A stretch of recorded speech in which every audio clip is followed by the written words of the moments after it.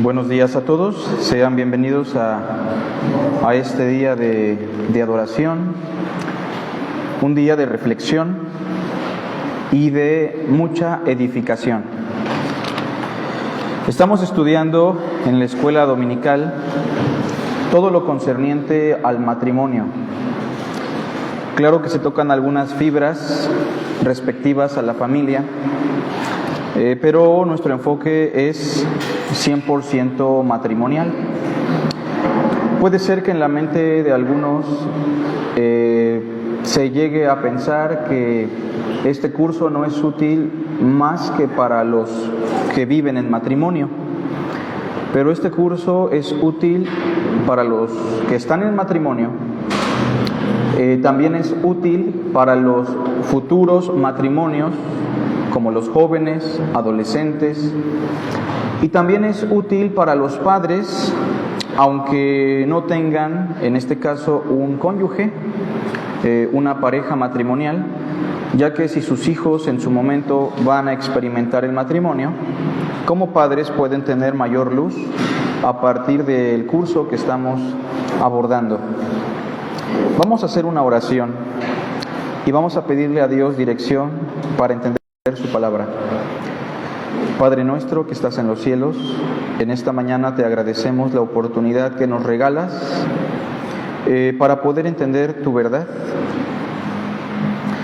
para poder comprender todo lo referente al matrimonio. Líbranos de todo mal, Señor, guíanos a toda verdad y permite que nos conformemos a la imagen de tu Hijo en lo referente a nuestros matrimonios. También te pido por aquellos jóvenes que anhelan llegar al matrimonio, que tú les guíes, les ilumines y puedas sembrar en sus corazones una convicción que les permita experimentar tu buena voluntad que es agradable y perfecta. Te lo rogamos en el nombre de Cristo Jesús. Amén. Bien, estamos hablando del matrimonio en el Génesis y vuelvo a explicar por qué iniciamos con el matrimonio desde el Génesis. Dos razones fundamentales. La primera, porque el Génesis, como lo dice su nombre, es el diseño original de todas las cosas. Especialmente los primeros 2 capítulos nos hablan del diseño original de todas las cosas. Ya del capítulo 3 en adelante vamos a encontrar aún el diseño de Dios, pero con ciertas deformaciones.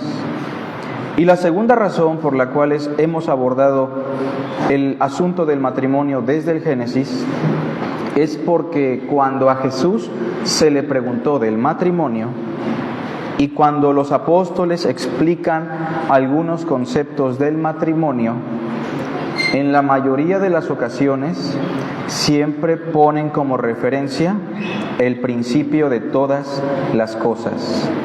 En ese sentido, es importante que iniciemos con el fundamento, con los orígenes.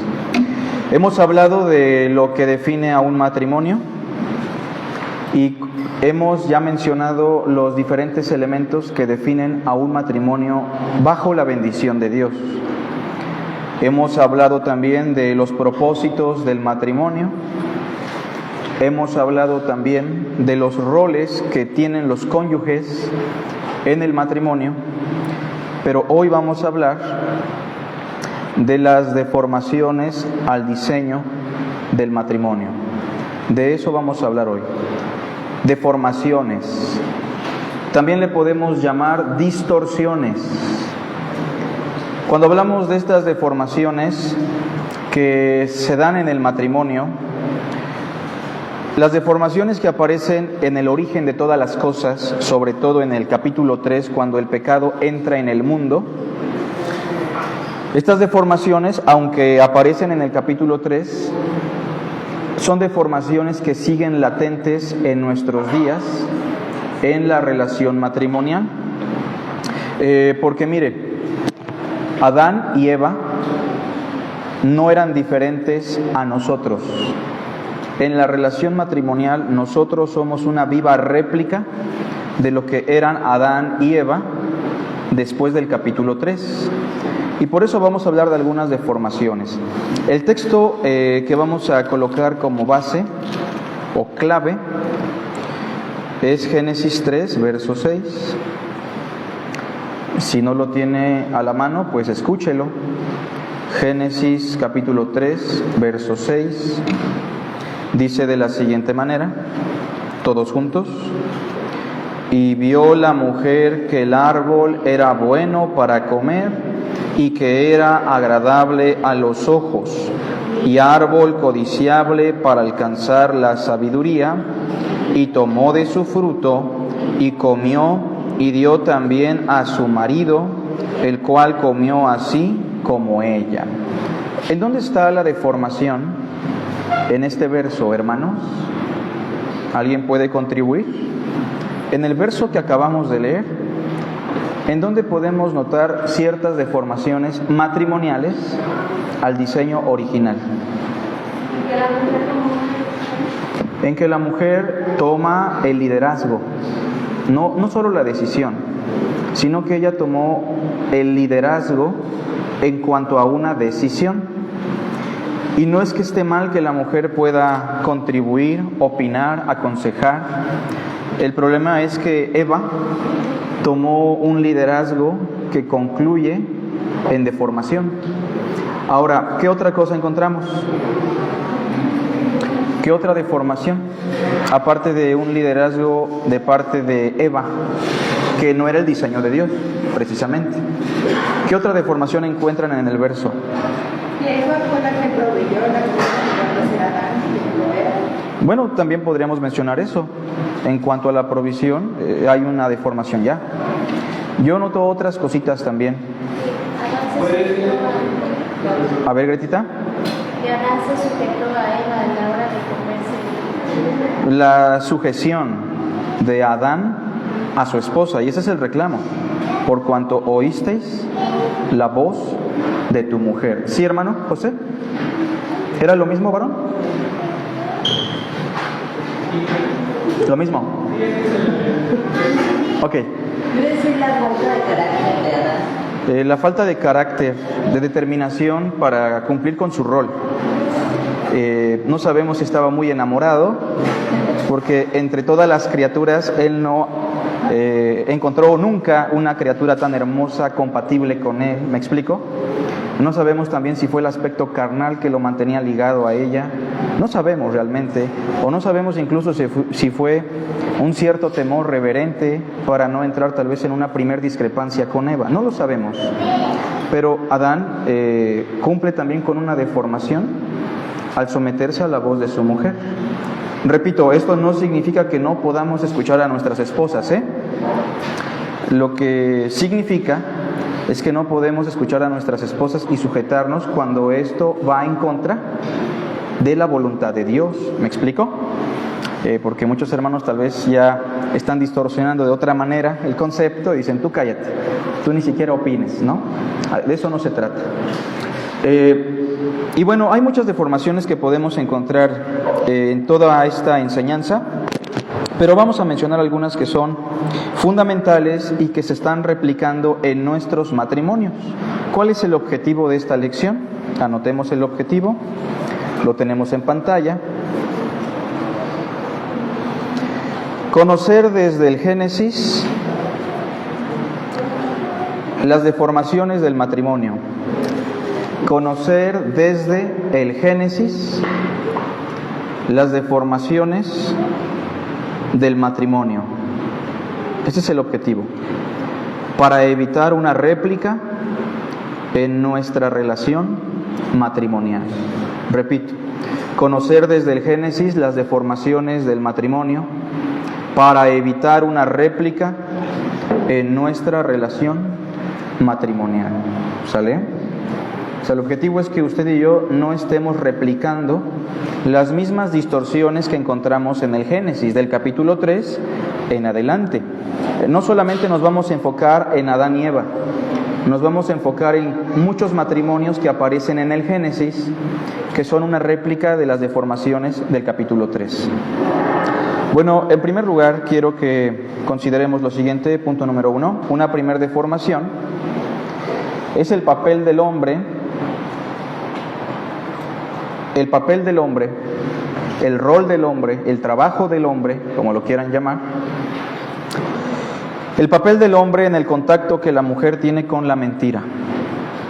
El papel del hombre en el contacto que la mujer tiene con la mentira.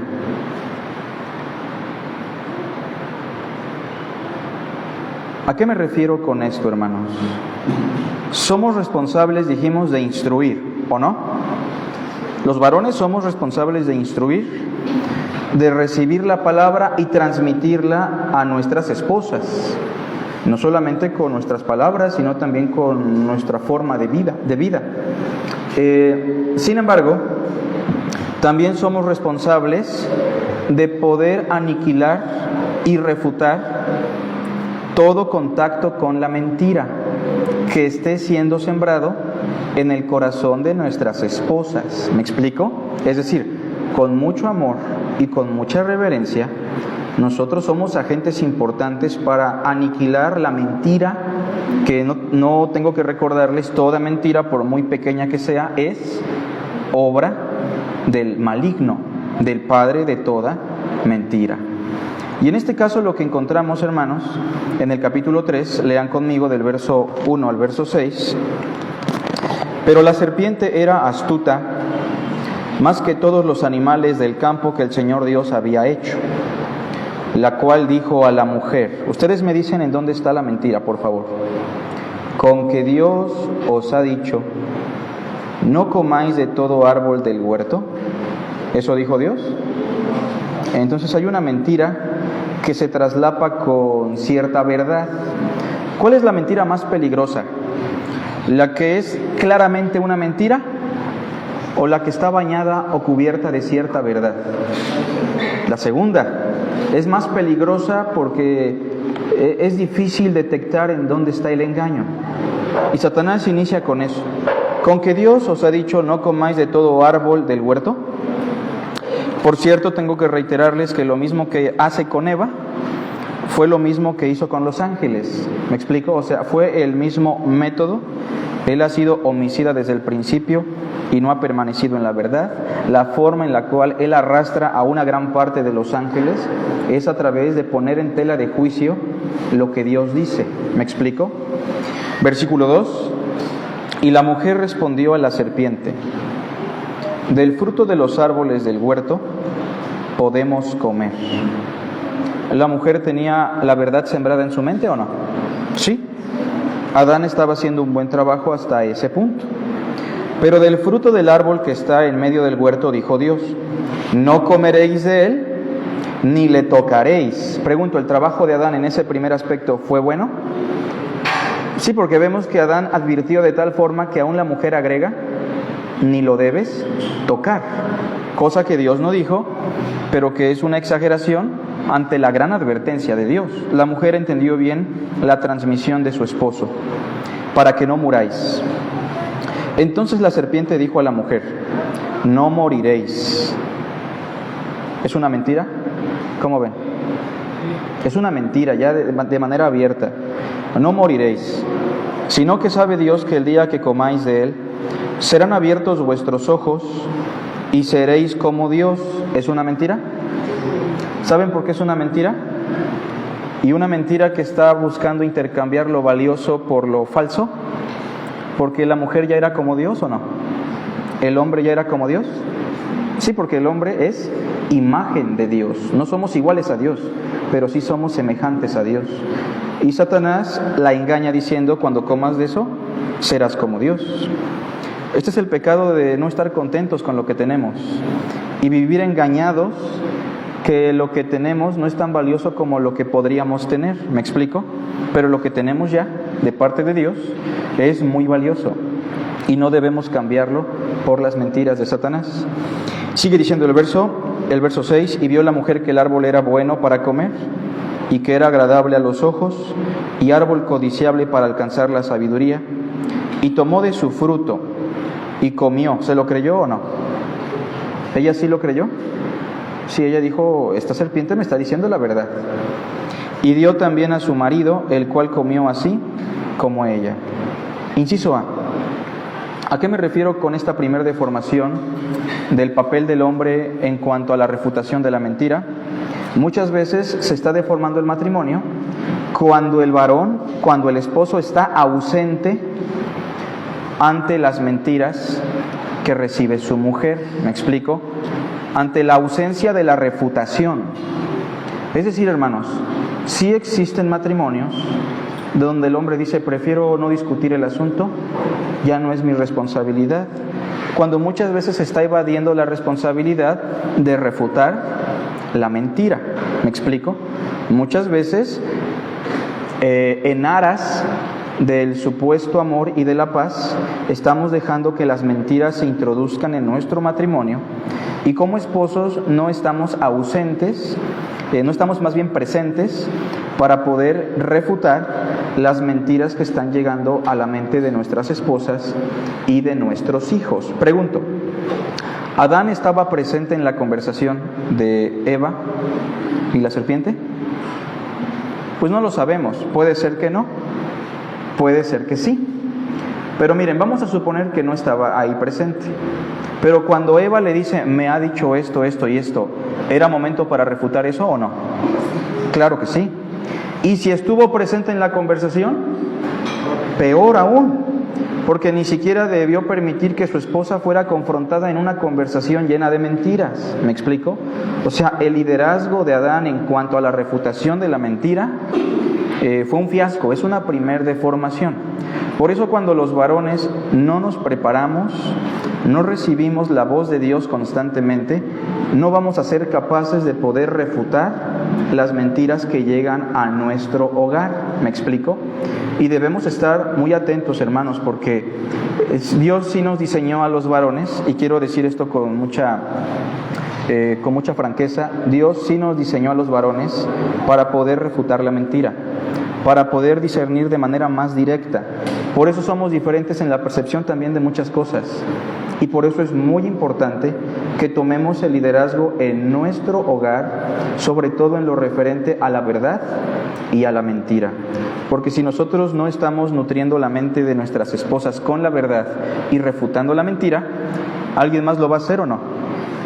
Claro que sí. Mire, puede ser gente de la familia, puede ser incluso gente de la iglesia, puede ser gente maligna fuera de la iglesia. Sea lo que sea, tenemos que estar presentes para nutrir con la verdad y refutar toda mentira. Obviamente, refutar la mentira implica hacerlo con amor, con veracidad y con la palabra de Dios. Pero esa es una primera deformación que vamos a encontrar.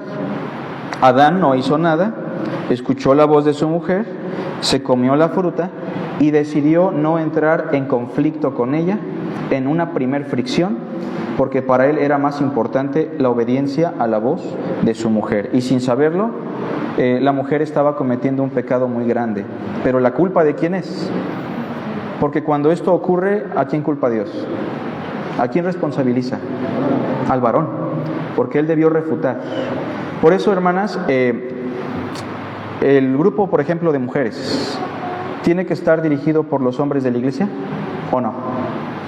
Tiene que estar dirigido, evaluado, en protección en base a los líderes varones de la iglesia, por supuesto. Porque si no, nosotros también estamos pecando de ausencia, ¿me explico? En cuanto a la verdad, en cuanto a la interacción, en cuanto a todo lo que se puede hacer en lo referente a las mujeres de nuestra congregación, ¿me explico? Ese es un primer aspecto que yo quiero mencionar sobre las deformaciones en el matrimonio. Inciso B.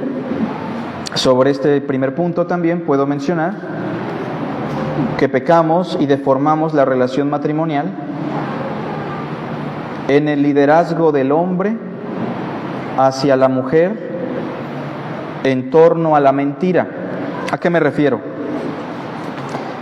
Me refiero no solo al hecho de estar ausente y que no transmitimos ni siquiera la verdad. Me refiero en este inciso incluso al otro polo, al otro extremo, de influenciar la mente de nuestras esposas con la mentira, es decir, de guiarlas, impulsarlas con principios engañosos. ¿Me explico? y ni siquiera ponerlas en contacto con la verdad y nosotros mismos ponerlas en contacto con lo que es mentira. Ejemplo, capítulo 12 de Génesis. Abraham es una réplica de Adán, como nosotros también lo somos, y ve el capítulo 12, verso 10. Y hay mentiras que a veces las justificamos, ¿no?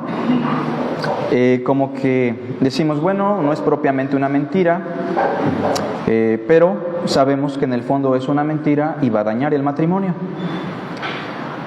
12:10. Hubo entonces hambre en la tierra, y descendió Abraham a Egipto para morar allá, porque era grande el hambre en la tierra.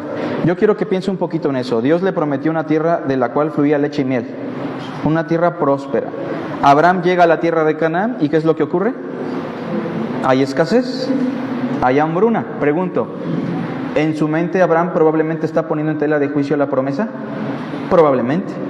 Él decide descender a Egipto, cosa que estuvo mal.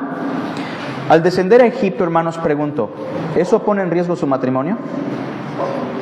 Por ejemplo, cuando el varón decide, fíjese, no solo decide no nutrir la mente de su esposa con la palabra, santificarla con la verdad, sino que aparte el hombre decide, ya no vamos a ir a la iglesia, ya no vamos a tener nuestro devocional, ya no vamos a interactuar con aquella gente que conoce la verdad. ¿Pone en riesgo la vida matrimonial o no? Sí, está descendiendo a Egipto, ¿me explico? Porque tal vez dice, no hay dinero, hay que trabajar los domingos, no hay recurso, hay escasez, hay hambre en la tierra, me vas a ayudar a trabajar, ya no vas a tener tiempo para las otras cuestiones. En ese sentido, hermanos, se empieza a poner en riesgo. Pero ve el verso 11. Y aconteció que cuando estaba para entrar en Egipto, dijo a Sarai su mujer, he aquí, ahora conozco que eres mujer de hermoso aspecto. Debió ser muy guapa, porque aparte era una mujer anciana, ¿no? Verso 12. Y cuando te vean los egipcios, dirán, su mujer es, y me matarán a mí, y a ti te reservarán la vida. No sé si esto les recuerda un poquito las palabras de Dios cuando le dice a la mujer, y tu deseo será para tu marido. Aquí tenemos un vivo ejemplo de cómo el hombre se enseñorea de manera incorrecta de la mujer, en referencia al pecado del capítulo 3. Ahora pues di que eres mi hermana. Pregunto, hermanos, ¿era una mentira o no? ¿Cómo ven? ¿Era su hermana o no? Pues no estaba mintiendo del todo, pero acuérdense, ¿cuál es la mentira más peligrosa? La que tiene cierto porcentaje de verdad. Es una mentira mañosa, ¿me explico? O como le llamamos nosotros, piadosas. Pero es una mentira mañosa de parte de Abraham, porque aunque es una pariente cercana a él, ciertamente, es su esposa. Di que eres mi hermana, para que me vaya bien por causa tuya, y viva mi alma por causa de ti. Y entonces pregunte, ¿se pone en riesgo el matrimonio de Abraham? ¿Se pone en riesgo la descendencia que Dios ha prometido? Entonces preguntémonos, varones, no solo si estamos sembrando la verdad y refutando la mentira. ¿Yo estoy contribuyendo a la mentira en mi matrimonio? ¿Yo estoy sembrando la mentira en la mente de mi esposa? Porque eso incluso es más peligroso, porque se supone que nosotros debemos ser agentes para refutar la mentira y aniquilarla de nuestra relación matrimonial. Bueno, eso es lo primero que encontramos. La mujer obviamente tiene su nivel de responsabilidad al ponerse en contacto con la mentira y no escuchar la voz de Dios a través de su esposo, pero también lo que encontramos aquí es un varón que se deslinda totalmente de esa responsabilidad y que incluso está sembrando la mentira, lo cual va a provocar deformaciones en su relación matrimonial. Ese es un primer punto, hermanos. No sé si aquí tengan alguna pregunta, con toda confianza, ¿no? Punto número 2. Otra deformación que va de la mano es la sujeción del hombre a la voz de su mujer. ¿Me explico? La sujeción del hombre a la voz de su mujer. Pero fíjese, le agrego lo que sigue, porque hay muchos hermanos que dicen, efectivamente a mí, mi esposa no me quiere obedecer, y yo no le obedezco en nada. y yo soy hombre y nunca le voy a obedecer y cosas por el estilo. Por eso agregamos lo final: la sujeción del hombre a la voz de la mujer y no a la de ¿quién? A la de Dios. Sí, efectivamente, los hombres no tenemos la responsabilidad de sujetarnos al liderazgo de nuestras esposas, evidentemente. Ya lo dije en la mañana, hace ratito. No significa que nuestras esposas no pueden contribuir, aconsejar, opinar, apoyar, y que muchas veces tenemos que escucharlas porque su voz está en armonía con la voz de Dios. ¿Me explico? Pero en cuestiones que tienen que ver directamente con la mentira, cosas que van en contra de lo que Dios dice, una deformación es cuando el hombre se sujeta a la voz de su mujer y no a la voz de Dios. Vemos algunas razones, pero vea conmigo, por favor, el inciso A. Muchas veces es por amor a la mujer. En el capítulo 3 de Génesis, no sabemos si esa fue la razón principal, estamos intuyendo, estamos dando inferencias, pero son inferencias que son una realidad muchas veces en nuestro día a día. A veces obedecemos la voz de nuestras esposas a sabiendas de que no es lo que Dios quiere. ¿Por qué? Por amor, y lo pongo entre comillas, ¿sí lo notó? Por amor a la mujer. ¿Por qué lo pongo entre comillas? Porque no es amor. Me explico, es una deformación ya del amor. Vea lo que dice Génesis capítulo 3, verso 17, porque el 6 ya lo leímos. ¿Alguien lo puede leer en voz alta? La primera parte. Y al hombre dijo: por cuanto obedeciste la voz de tu mujer y comiste del árbol de que te mandé, diciendo: no comerás de maldita será la tierra por tu causa. ¿Hasta ahí? Por cuanto obedeciste la voz de tu mujer. Hay hermanos que muchas veces dicen: es que sí, mi esposa dice esto, dice aquello, y estamos viviendo así. Pero es que, hermano, también si yo entro en fricción, ¿cómo le estoy amando? Yo muchas veces tengo que ceder, hermano, para mostrarle el amor. Sí, tenemos que ceder muchas veces, pero no podemos sacrificar ¿qué? La verdad de Dios por el supuesto amor que le tenemos a nuestra esposa, porque si no, no la estamos amando. Si estamos obedeciendo a la voz de nuestra esposa cuando la voz de nuestra esposa es contraria a la de Dios, entonces nosotros estamos sembrando mal en nuestro matrimonio y estamos dejando que nuestra esposa se nutra juntamente con nuestros hijos de una distorsión que tarde que temprano va a explotar. ¿Me explico? Entonces podemos amar mucho a nuestras esposas. Voy a usar otro término. Podemos tener un aprecio sentimental muy fuerte con ella, un vínculo muy fuerte, pero eso no significa que siempre vamos a ceder a la voz de nuestra mujer cuando la voz de Dios no está incluida. ¿Me explico? Hace tiempo un matrimonio me aconsejaba y me decía: mira, Carlitos, te vas a casar. Cuando te cases, tu esposa tal vez un día te va a decir cosas que no están bien. Tú apóyala, tú hazle caso, porque es tu esposa y la tienes que apoyar aunque ella te diga cosas que están mal. Y también le decían a Gretita: y tú, Gretita, cuando tu esposo se equivoque, haga lo correcto, tú también apóyalo, porque son matrimonios y tienen que apoyar.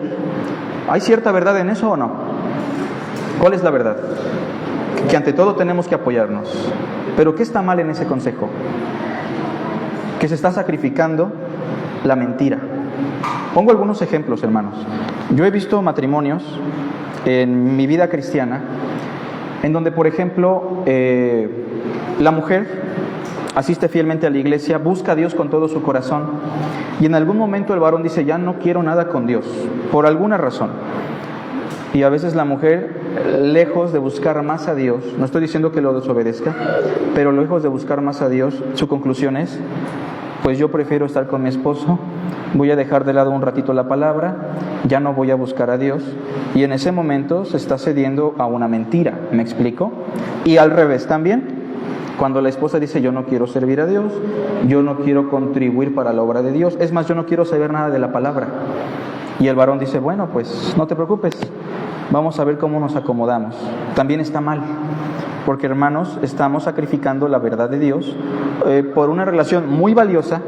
Es cierto que es valiosa, pero no hay nada más valioso que Dios. Por eso Jesús dijo: el que ama padre o madre, esposa, hijos, más que a mí, no puede ser mi discípulo. Tengamos discernimiento. Tampoco estoy diciendo que no seamos pacientes ante la inmadurez.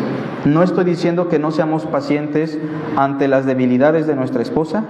No estoy diciendo eso, Estoy diciendo que ante todo no vendamos la verdad y aceptemos la mentira, sobre todo en el acto de la obediencia. Muchas veces yo noto incongruencias, hermanos.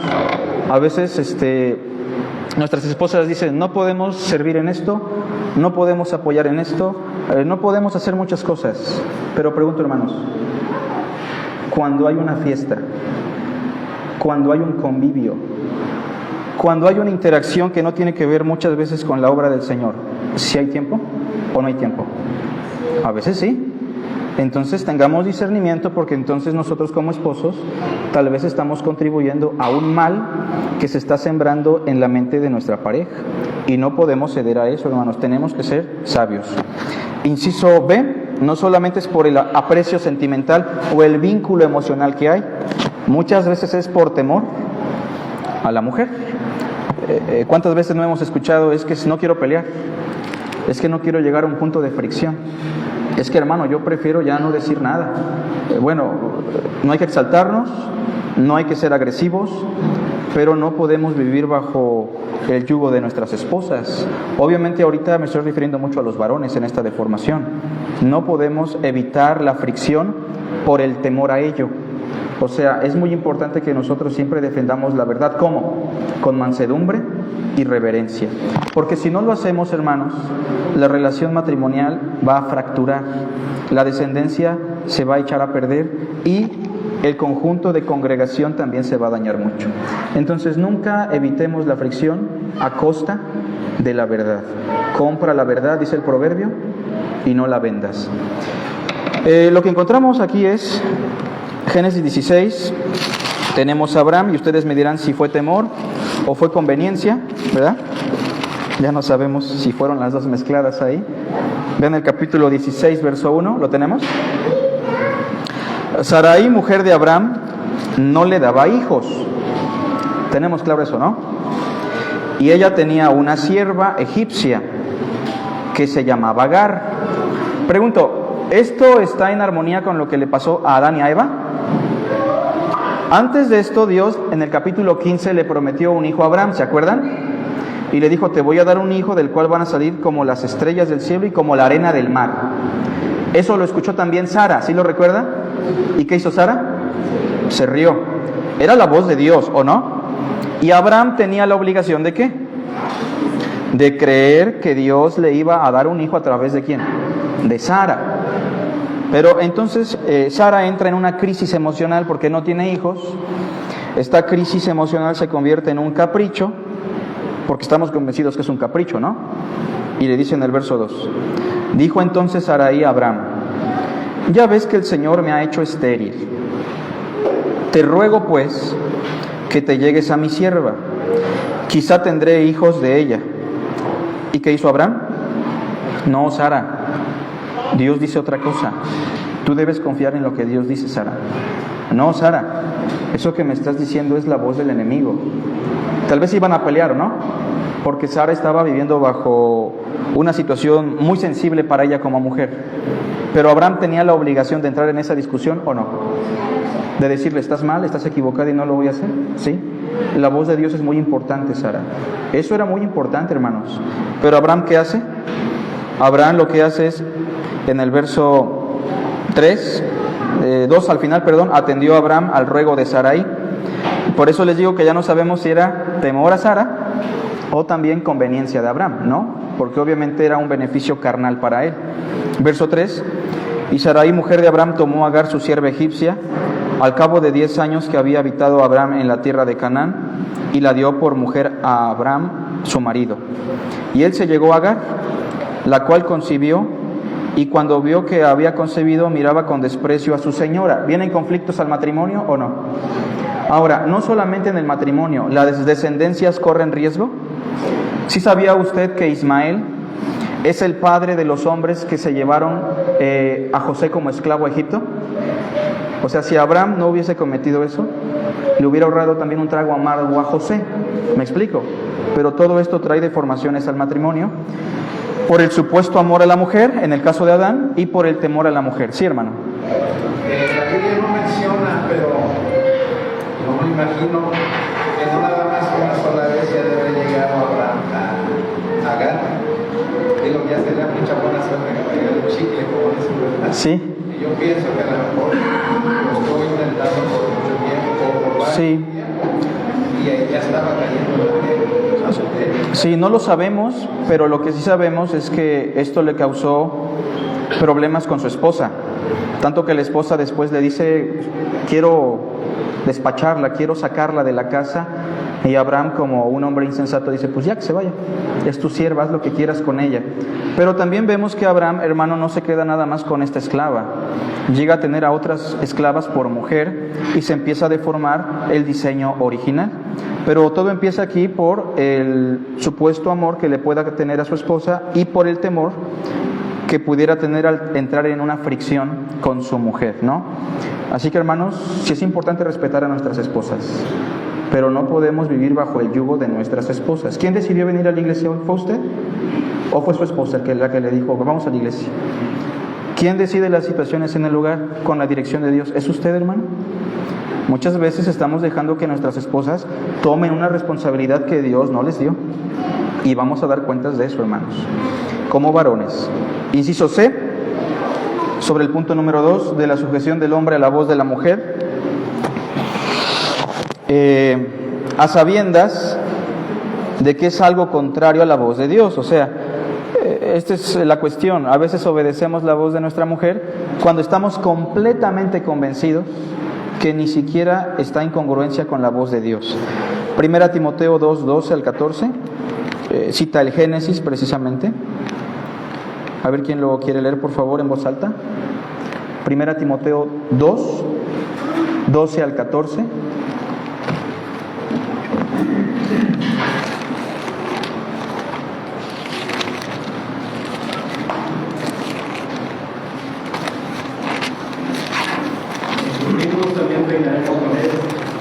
¿Es Primera Timoteo? Sí, no te preocupes, hermano. Porque no permito a la mujer enseñar ni ejercer dominio sobre el hombre, sino estar en silencio. Las palabras de Pablo son un poco duras, aparte porque Pablo se dirige a una ciudad donde hay una diosa pagana que ha empoderado de manera equivocada a las mujeres en Éfeso. Pero Pablo se remite también a algunos conceptos del Génesis, cuando dice, no permito que la mujer se enseñoree ni ejerza dominio sobre el varón. ¿Por qué lo dice? Verso 13, todos juntos. Porque Adán fue formado primero. ¿Es una cuestión cultural? No, es una cuestión que tiene que ver con ¿qué? Con el diseño de Dios. Adán fue formado primero, después Eva. ¿Qué tiene que ver esto del orden? Que en el orden del Génesis, si se acuerdan, Adán fue formado primero y a él se le dirigió Dios para instruirlo y para que él transmitiera la información. Verso 14. Y Adán no fue engañado. Pregunto, y lo pregunté hace 8 días, ¿Adán estaba convencido de que lo que iban a hacer estaba mal? Sí, la mujer no, pero la mujer no fue nutrida con la verdad. Verso 14, sino que la mujer siendo engañada, incurrió en transgresión. No podemos, hermanos, someternos a la voz de nuestra esposa y de ninguna persona si no está en congruencia con la voz de Dios, ¿sale? Espero que no lo estén malinterpretando y al rato lleguen y le digan a su esposa, ya ni hables, no te quiero escuchar, ¿sale? Si su esposa le dice cosas que están en armonía con la voz de Dios, ¿usted tendría que obedecer o no? Sí, ¿sale? Solamente me refiero a cosas que puedan deformar. ¿Preguntas, hermanos? Sí, nada más la manera como de poder intentarlo más. Sí. Creo que a veces decisiones tan sencillas como, por ejemplo, ¿cómo yo sería esto? Cuando la esposa está diciendo, a ver, quítalo de este color, acomoda esta cosa en este lugar. Eso no va en contra de la intención de la palabra de Dios. Claro. Pero está bien, está mal, bajo esos puntos. ¿Como pintar la casa y eso? Que ella, en alguna medida, al final del día, pero son cosas que tienen que ver con la Biblia, se hace todo lo que ella diga en la casa, ¿no? Y lo contrario también con el esposo. Bueno, es que sí hay sectores en los cuales Dios coloca a la mujer para que ella los administre, ¿no? O sea, la mujer es administradora de alguna manera de la casa, de los hijos. Eso no significa que el hombre está ausente de esas responsabilidades o que el hombre no tenga que contribuir. Pero creo que, siendo muy sensatos, hay cosas en las que la mujer puede decidir, sin duda alguna, ¿no? O sea, yo no entraría en ningún conflicto si Greta me dice vamos a pintar la casa de rosa. Y creo que son cuestiones triviales, superfluas, donde obviamente yo tengo que estar presente, aunque ella lo quiere pintar, porque a ella le gusta pintar. Bueno, yo voy a comprar la pintura, yo te apoyo, yo te ayudo en esta necesidad. Pero yo me refiero más bien a cuestiones que atentan en contra de la verdad, ¿no? Cuestiones que sí son determinantes, hermano. Por ejemplo, en la crianza, en el sustento, en lo relacionado a Dios, en lo relacionado a la iglesia, a los hermanos, la palabra, todo eso, ¿no? El matrimonio, la sexualidad. Lo digo porque a veces ese tipo de cositas, y en mi experiencia que tengo con matrimonio, estos son como cosas que se van acumulando y al final del día el esposo va a decir, es que mi esposo todo el tiempo me está mandando. Ah, claro. Entonces, yo creo que también un consejo que parte de esto es que las esposas obviamente pueden hacer todo, pero sepan cómo hacerlo de tal manera que le den lugar a las personas de los esposos. Sí, claro. Sí, por ejemplo, aquí también radica mucho el hecho de que el esposo sea un buen líder. Porque si es un buen líder, la esposa naturalmente se va a adaptar a un liderazgo amoroso. Y claro que si va a pintar, le va a decir, oye, me gustaría pintar así. Y el esposo, si es un buen líder, le va a decir, pues pinta como quieras, no hay problema, yo te ayudo. Pero también radica mucho en un liderazgo endeble, donde la mujer inconscientemente ya se adaptó a decidir todo. Y el hombre se queja, pero ese grito de auxilio también tiene que ver con su trasfondo del líder, un líder endeble, débil, que no ha sabido guiar, ¿no? Pero por eso es importante que tomemos estos principios, hermanos, ¿no? Sí, hermano. Yo creo que ahí entra muy en concreto que el Señor dijo, vamos, o le voy a hacer ayuda idónea. Claro. Porque yo, por ejemplo, lo veo a mi esposa. Ella está trabajando cuando está en casa, en la computadora. Le entra una llamada y está trabajando y está hablando por teléfono. Está atendiendo la cocina con mis hijas y todavía me dice, ¿sabes qué? Hay un montón de hacer esto. O sea, tienen una capacidad las mujeres para administrar tremenda. Claro. Nosotros, yo por ejemplo, así me dicen, ¿sabes qué? Ya sé que cuando dicen, ya creció el pasto, ya sé lo que me está diciendo. Es que sí. Ponte el pasto, ¿no? Ok, me pongo a cortar, pero si me dice, mira, terminando, y me gustaría, sí puedes hacer. ¿Qué es lo que hacemos? ¿Sabes qué? Primero déjame terminar una cosa y después me dices lo otro. Sí, claro. El hombre es más, hace una cosa y posteriormente ya lo otro. Sí. Dicen a uno dos cosas o tres a la vez. Sí, porque somos más mecánicos, somos más directos, pues. Sí, pero tenemos que aprender a interactuar con nuestras esposas en esto de liderazgo y dejar que ellas también aprendan a administrar, pero que se sientan protegidas y respaldadas por nosotros, ¿no? Y no entrar en esta cuestión también de que se acumulen las cuestiones y nos sintamos desplazados. Eso pasa, como lo decía, porque no hay un líder de por medio, no hay alguien que realmente está supliendo las necesidades. Punto número 3, hermanos. Otra deformación que encontramos en el Génesis en el matrimonio, y tiene que ver con lo que decía, por ejemplo, Isra, la evasión de la responsabilidad del hombre. O sea, cuando la esposa está tomando mucho liderazgo y ya decimos, es que no me obedece y yo no funjo como su autoridad y cosas por el estilo. Regularmente yo le digo a estos hombres, pero es su responsabilidad, hermano. No, pero no me estás escuchando, que hace tiempo. Mira, hermano, pero es que es su responsabilidad. Usted no puede imponer su autoridad. Usted no puede obligarla a que usted sea su líder. Usted tiene que aprender a ser un líder, ¿me explico? No, es que no me estás escuchando, es que para todo no me obedecen. Bueno, esto tiene que ver con este tercer punto. La evasión de la responsabilidad del hombre como guía del matrimonio en las decisiones. Porque mire, en las decisiones pueden decidir los dos sin duda, pero ¿quién es el guía? El varón tiene la responsabilidad de guiar. ¿Sabes qué? No vamos a sacar este crédito. O ¿sabes qué? O no vamos a ir a tal lugar. O ¿sabes qué? nuestros hijos van a tener que estudiar esto o aquello, ¿me explico? El hombre es guía y la mujer obviamente es un complemento en esta relación, en la decisión. Pero cuando salen las cosas mal porque somos malos líderes, cuando salen las cosas mal porque no somos autoridad, esto radica muchas veces en manifestarlo a través de la evasión de la responsabilidad. Capítulo 3, verso 8 del Génesis. Vean cómo cuando salen las cosas mal, Dios primero se dirige al hombre, ¿no?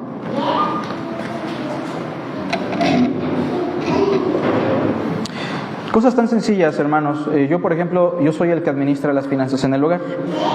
En algunos matrimonios lo administra la mujer. No está mal, siempre y cuando el hombre no está desconectado de eso, ¿me explico?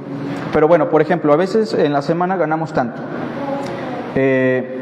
Ya gastamos en tanto y Gretita me dice, ¿cómo ves si comemos en la calle otra vez? Le digo, ya no podemos. Sí tengo el recurso, pero tengo una responsabilidad. Y si tú te enfermas o nos hace falta esto y el otro, creo que en esta ocasión ya no te puedo llevar. Ya te llevé tal día, no sé, pero discúlpame, ahorita no se va a poder. Y te lo tengo que decir así porque yo soy responsable delante de Dios ante un evento fortuito que pudiera surgir en esta semana. Entonces, una vez que cobremos, ¿me explico? O que llegue otra vez el recurso, creo que podemos ir a comer ese lugar. ¿Me explico, hermanos? Porque yo como varón soy responsable. Si yo al final de la quincena o de la semana me quedo sin dinero y Greta se enferma, ¿a quién va a responsabilizar Dios? Ni modo que le voy a hablar a mis suegros, ¿verdad? Oigan, o a mis papás, resuelvan este problema porque Greta se enfermó. Obviamente, si es una situación ya de emergencia y no tengo el recurso, lo haré tal vez, pero no debería de pasar eso porque yo soy responsable, ¿me explico? Situaciones tan superfluas como esas, pero a veces evadimos la responsabilidad. Y supongamos que eso pasó, que Greta se enfermó y me gasté el dinero, no sé, en las espadas o en algún lugar así. Y le digo, es que Señor, también tú sabes cómo es Greta, ella me presionó para que la llevara a comer ahí, ¿me explico? O sea, yo no puedo hacer eso, pero así somos, ¿o no? ¿Qué pasó en el capítulo 3, verso 8? Y oyeron la voz del Señor Dios que se paseaba en el huerto al aire del día, y el hombre y su mujer se escondieron de la presencia del Señor Dios entre los árboles del huerto. Mas el Señor Dios llamó al hombre y le dijo, ¿dónde estás tú? ¿A quién busca? Al hombre. Y él respondió, oí tu voz en el huerto y tuve miedo. ¿Pero por qué tener miedo? Porque su condición ya es distinta. Porque estaba desnudo y me escondí. Y Dios le dijo, ¿quién te enseñó que estabas desnudo? Adán respondió, más adelante, fíjense, verso 12. Y el hombre respondió, ¿cómo dice? La mujer que me diste por compañera me dio del árbol y yo comí. ¿Cuántas veces hemos dicho, Señor, si me hubieras dado otra esposa, ¿no? ¿Qué es eso? Evasión de la responsabilidad. En última instancia, ¿a quién está culpando Adán? Yo estaba bien con los animalitos, todo estaba bien, ¿te acuerdas? Nada más me diste a esta mujer y las cosas salieron mal. Pero también así somos nosotros, hermanos, culpamos a nuestra esposa. Es que tú me insististe mucho en esta compra, o es que tú te dije que no hicieras esto, y no somos capaces de responder ante nuestras decisiones como líderes. ¿Cómo lo manifestamos? En 3 cosas. Inciso A, la victimización. Cuando nos hacemos las víctimas, ¿no? A ver, levante la mano, ¿quién se hace la víctima siempre? ¿Nadie? ¿No? Porque nos hacemos las víctimas, por eso nos la levantamos. Pero ¿Adán se hizo la víctima o no? Se hizo la víctima, yo estaba bien, ¿para qué me diste esta mujer? Cuando algo sale mal en el matrimonio y pedimos consejo, no sé si nos damos cuenta los consejeros, pero yo siempre dejo que los hermanos hablen.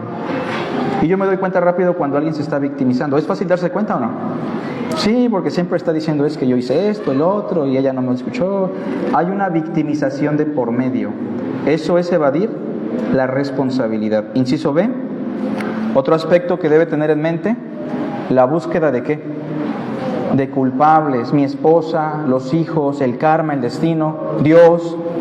Empezamos a buscar culpables, ¿no? Aparte de que estamos victimizándonos para evadir la responsabilidad, empezamos a buscar culpables. Es que ella es así, es que nunca me obedece, toda su familia es igual, ¿no? Sacamos cosas hasta de la familia. Si usted conociera a mi suegra, a sus hermanas, cosas por el estilo. Y son cosas que simplemente evidencian que estamos evadiendo la responsabilidad. Inciso C, La justificación de las acciones. Bueno, sí le pegué, pero hermano, fue por esto, ¿no? Cosas por el estilo. Sí, hermano, ya no le di dinero para la comida, pero fue por esto. ¿Qué estamos haciendo? Justificando las acciones. Somos responsables nosotros. Mire, en el matrimonio siempre los dos tendrán cierto nivel de responsabilidad, pero siempre el mayor responsable, ¿quién es? El varón.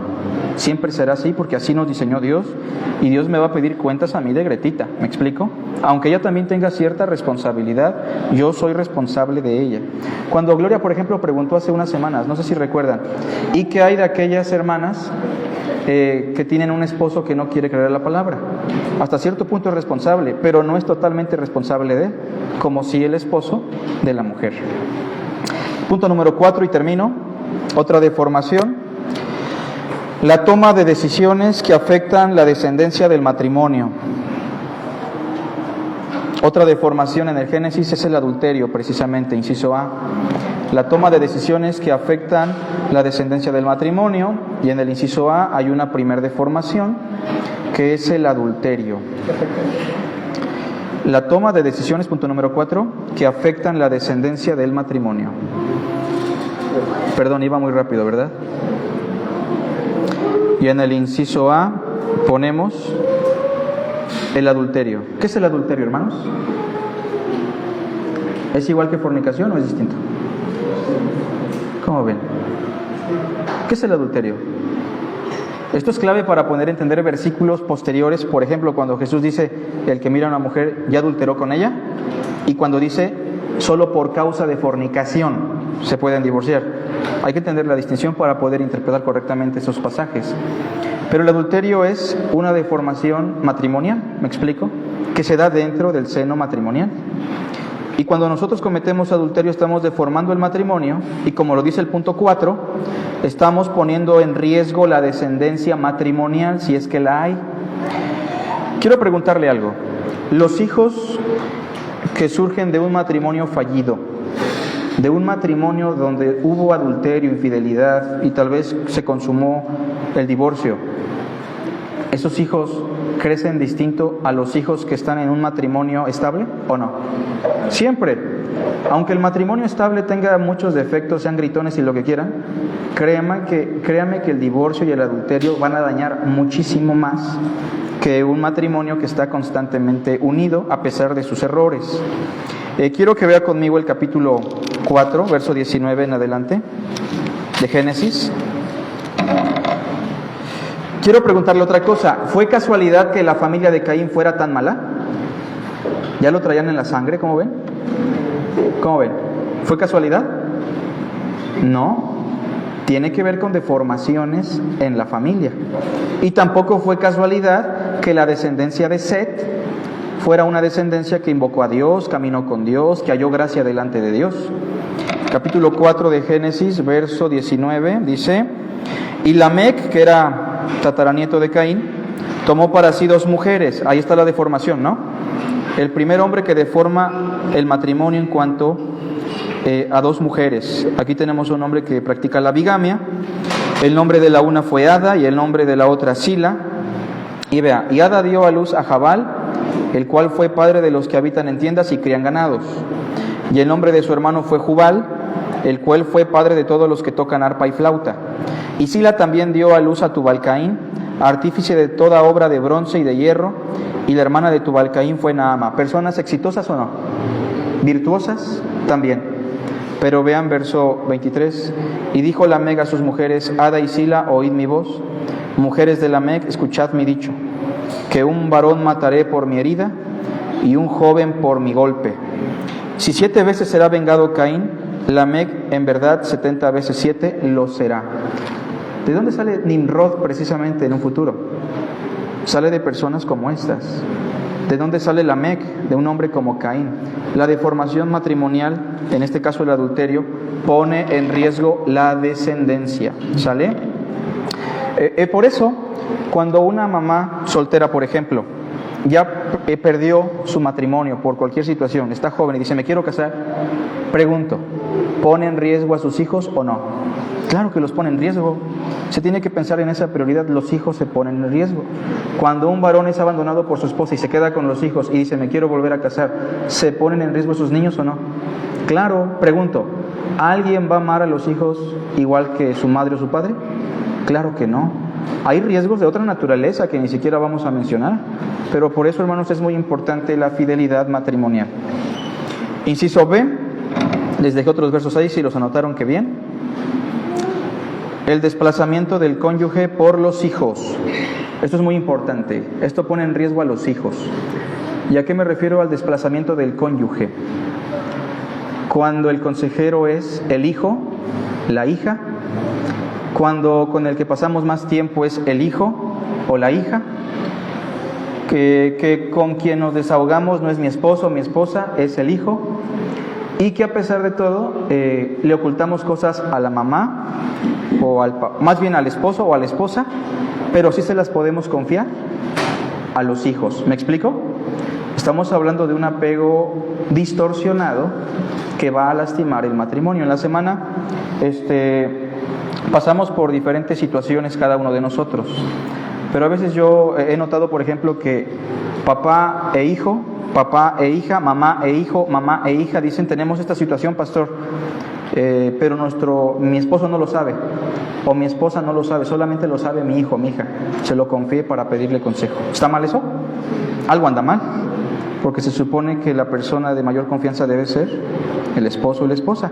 Por eso se da ese síndrome del nido vacío cuando se casa. No sé si han escuchado de eso, ¿no? Híjole, es que tengo miedo porque ya me queda un hijo de los 7 que tenía y me voy a quedar con mi esposa solo o con mi esposo sola. ¿Me explico? Porque hay un síndrome de un gran apego que está distorsionando el matrimonio y que pone en riesgo a los hijos. Les doy un ejemplo. 27:1 de Génesis. Si usted tiene la costumbre de desahogarse con su hijo o su hija, hágalo con su esposo o con su esposa.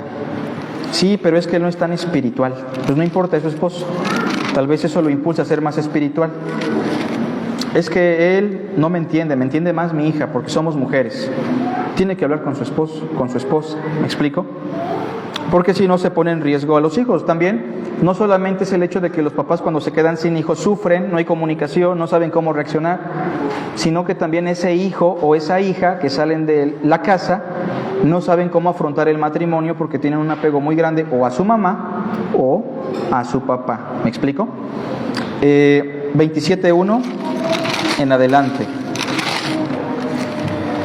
Aconteció que cuando Isaac envejeció y sus ojos se oscurecieron, quedando sin vista, llamó a Esaú su hijo mayor y le dijo, hijo mío, y él respondió, heme aquí. ¿Isaac toma el liderazgo o no? Sí, Isaac va a tomar una decisión, darle la primogenitura y la bendición a su hijo Esaú. Que si es el proyecto de Dios o no, no nos interesa en este punto porque estamos hablando desde la perspectiva terrenal. Verso 2, y él dijo, he aquí, ya soy viejo, no sé el día de mi muerte. Toma pues ahora tus armas, tu aljaba y tu arco, y sal al campo y tráeme caza. Y hazme un guisado como a mí me gusta, y tráemelo, y comeré, para que yo te bendiga antes que muera. Esto era muy importante porque Isaac escogió a Esaú como el portador de la bendición de Abraham. ¿Me explico? Pero en el verso 5, ¿qué dice? Y Rebeca estaba oyendo cuando hablaba Isaac a Esaú su hijo. Y se fue Esaú al campo para buscar la caza que había de traer. Entonces Rebeca habló a Jacob su hijo diciendo, he aquí yo he oído a tu padre que hablaba con Esaú tu hermano diciendo, tráeme caza y hazme un guisado para que coma y te bendiga en presencia del Señor antes que yo muera. Ahora pues, hijo mío, obedece a mi voz. Esa expresión nos debe recordar a Eva tantito, ¿verdad? Obedece a mi voz en lo que te mando. Ve ahora al ganado y tráeme de allí 2 buenos cabritos de las cabras y haré de ellos viandas para tu padre, como a él le gusta. No sabemos cuál era el guiso que le gustaba, ¿no? Yo imagino que era el michote o algo así. Y tú las llevarás a tu padre y comerá para que él te bendiga antes de tu muerte. ¿Pero por qué es una deformación matrimonial? Primero, porque asume ella liderazgo. Segundo, porque es una mentira. ¿Hacia quién? Hacia su esposo y hacia su hijo. ¿Le está enseñando a su hijo a ser mentiroso? Ahora, ¿cómo era Jacob precisamente? ¿Así era con su suegro o no? ¿No hacía tranzas también con su suegro y con la gente? ¿Qué significa Jacob?